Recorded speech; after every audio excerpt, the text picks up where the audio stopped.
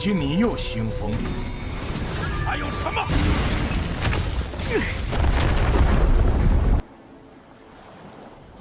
还是技艺高一点，教不错不错。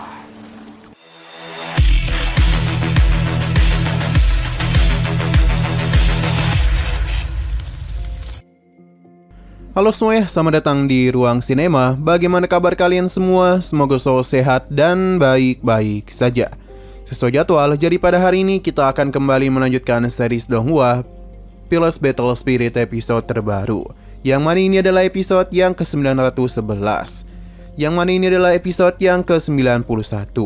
Bagi yang mau bergabung dan series ini, kita sudah sediakan playlistnya, jadi kalian bisa dengan mudah mencari di mana episode awal dari series ini. Sebelum kita mulai episode terbarunya, kita akan melihat dulu apa saja yang telah terjadi pada episode sebelumnya, tepatnya pada episode 89. Sebelumnya, Sinan dan juga Miao Miao terus memberikan perlawanan kepada Xiao Feifeng. Bahkan ada Jiang Bilan di sini yang memberikan bantuan kepada mereka, karena bagaimanapun dia tidaklah menginginkan Sinan mati. Hanya saja perlawanan yang mereka lakukan itu bisa dikatakan sia-sia saja, karena Xiao Feifeng telah membuka segel. Mungkin hanya seorang master saja yang bisa menghentikan tindakannya. Teman-teman Sinan menjadi panik dengan apa yang telah terjadi di sana. Untung saja gadis yang berada di harta Sinan memberikan bantuan kepadanya, yang membuat pertarungan sempat berimbang. Akan tetapi, patung yang sejak tadi kita lihat akhirnya terbebas juga. Dia menjadi senang karena bisa mendapatkan tubuh baru yang adalah tubuh Sinan. Jiang Bilan mencoba untuk melindunginya dan bahkan berniat mengorbankan tubuhnya agar bisa menjadi wadah dari patung besar itu. Hanya saja patung ini kesal karena Jiang Bilan berani bernegosiasi dengannya. Sekarang kita akan melanjutkan episode terbarunya. Kita dibawa ke sebuah tempat yang mana guru Jiang Bilan memberitahu kalau mulai hari ini dan seterusnya mereka tidak akan menjadi yatim piatu yang tak berdaya lagi, karena dia telah menjadi bagian dari garis suci di antara 10.000 orang dalam aliansi bisnis. Selama mereka bekerja dengan sangat baik, maka masa ini akan mengabulkan semua keinginan yang mereka hendaki. Kembali ke masa sekarang yang mana Jiang Bilan hampir saja meninggoy. Untung saja Xingnan telah sadarkan diri dan melindunginya. Dengan begini, rantai dari sosok itu pun telah berhasil dirinya hancurkan. Jiang Bilan sungguhlah terpukau dengan apa yang Xingnan lakukan. Berbeda dengan apa yang dirinya terima dari gurunya sendiri, karena gurunya itu terus memberikan siksaan kepadanya dan menganggapnya sebagai gadis yang tidak berguna. Bahkan jika Jiang Bilan tidak menyelesaikan tugasnya, maka dia itu tidaklah boleh kembali. Sedangkan Sinan sangatlah berbeda dan justru melindungi dirinya. Sinan pun memintanya bangkit dan membantunya dalam menghadapi patung batu ini. Akhirnya Jiang Bilan sadar kalau Sinan tidaklah sama dengan gurunya.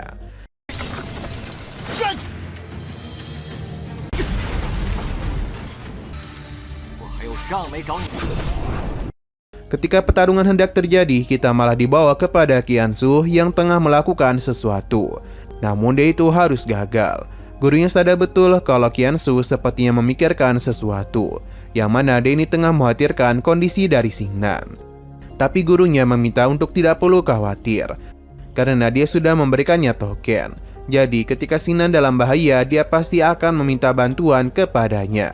Kembali kepada Xingnan, Jiang Bilan merasa alasan dia bisa sekuat ini pasti adalah karena rahasia dari Pavilion Huyuan.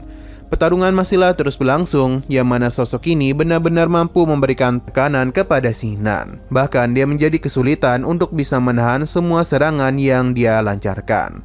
Walaupun begitu, Xingnan tetaplah berjuang dan dibantu juga oleh Jiang Bilan. Tindakan mereka telah membuat marah patung batu ini. Dia pun menyerap begitu banyak kekuatan yang ada di sana, termasuk juga telah menahan Xingnan. Meskipun begitu, Xingnan tidaklah takut dan berjanji akan membalas apa yang telah dia perbuat kepadanya.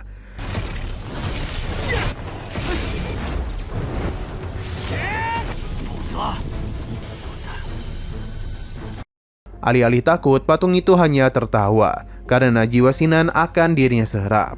Lantas bagaimana cara dia bisa memberikan perlawanan? Selain itu, segelnya sudah lepas. Dengan kekuatan yang saat ini dirinya miliki, pasti akan membuat Xingnan menderita. Di tengah kepercayaan dirinya itu pun, pilar batu yang dia gunakan telah dihancurkan. Dan ini adalah kedatangan dari Jinsan. Kedatangannya adalah angin segar bagi Sinan dan yang lainnya. Sedangkan bagi patung ini, kedatangan itu bagaikan ancaman. Bahkan dia tidak dalam duga kalau Jinsan masihlah hidup. Selain dia, Jinsan juga mengingat nama patung ini yang adalah Modan. Kala itu guru mereka telah melakukan penyegelan kepadanya atas apa yang telah dia perbuat selama itu. Namun siapa yang menyangka dia berusaha untuk kembali bebas dan membuat kekacauan lagi. Jinsan pun berencana untuk memberikan hukuman mati kepadanya. Modan menjadi begitu ketakutan dan memohon untuk diampuni. Yang datang kemari tidak hanya ia saja, namun para master juga telah datang. Mereka langsung saja melancarkan serangan kepada Modan sebab telah berani melukai Xingnan.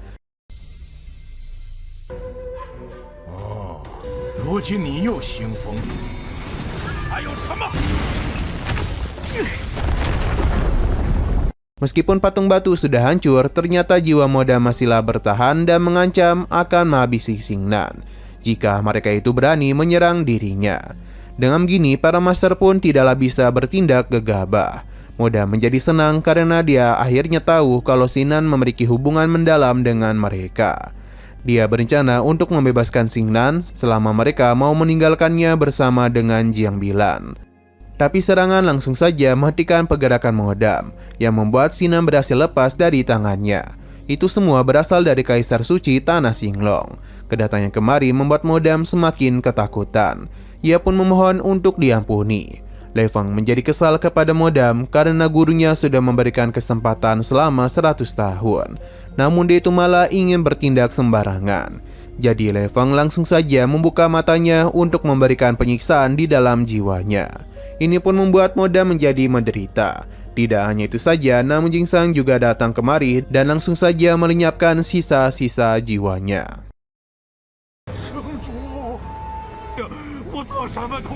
100年前师尊已经给不要。 Setelah menghabisinya, Kaisar Suci pun memanggil Jinsan karena bagaimanapun mereka sudah cukup lama tidak bertemu. Dia meminta muridnya ini untuk tidak selalu menyalahkan dirinya sendiri. Jadi dia itu harus segera kembali kepada mereka. Kaisar Suci pun kembali ke Tanah Xinglong. Sedangkan Lei Feng meminta yang lainnya untuk membawa Xingnan kembali pulang. Sedangkan dia akan melakukan sesuatu. Karena dia ini sepertinya tertarik kepada Jiang Bilan yang merupakan ekor rubah. Kita dibawa ke dalam kesadaran milik Xingnan, yang ternyata Modan sudah mengirimkan sisa-sisa jiwanya kemari. Dia menjadi begitu senang karena bisa lepas dari kejaran para master dan Kaisar Suci.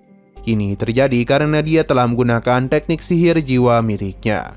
Namun semua itu sudah disadari oleh orang-orang dari Papilion Huyuan. Bagi mereka, Kaisar Suci Xinglong sudah semakin melemah, sampai-sampai tidak menyadari hal itu. Sedangkan bagi pemimpin Papilion, semua ini sangatlah wajar. Kembali kepada Modan, dia berencana untuk beristirahat di sini dulu, sambil memulihkan kekuatannya. Tapi yang ada di sini bukan dia saja, karena gadis harta masihlah ada di sana. Ia tahu Modan bukanlah penghuni dari tempat ini. Roh Dewa Perang pun muncul dan langsung menghabisi jiwa Modan. 还是技艺高一，教徒不错不错。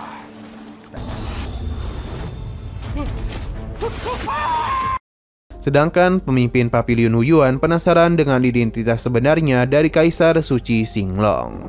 Nah, sayang sekali lagi seru-serunya, episodenya pun harus bersambung dulu. Oke, sekian dulu pada video kali ini. Untuk video selanjutnya akan segera hadir.